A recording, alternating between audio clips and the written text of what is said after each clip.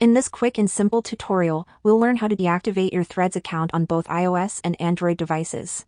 Deactivating your Threads account can be a helpful option if you want to step away from the platform temporarily or if you're considering leaving it for good.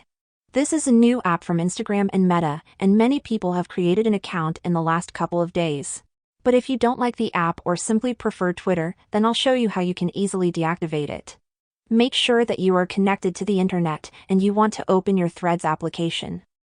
Then click here to go to your profile, and when you get here, you want to tap on the two lines at the top right corner of the screen. This will open our app settings, and you want to click on this account option right here. Now you'll see two different options at the top of the screen. You'll see these take a break and deactivate profile buttons at the top of the screen. You want to tap on deactivate profile button, and then the app is going to ask you, are you sure you want to deactivate your account? It says here that deactivating your profile is temporary, and that your profile, threads, replies and likes will be hidden from everyone until you reactivate your account by logging in.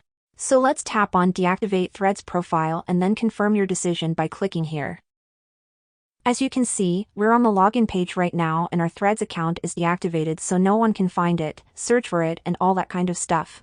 If you change your mind and want to use it again, simply find your profile in here, tap on it, and you will be logged back in and your Threads account will be reactivated. Now that's it for this video, everyone. If this video helped you out, then leave a comment on it and I'll see you in the next one.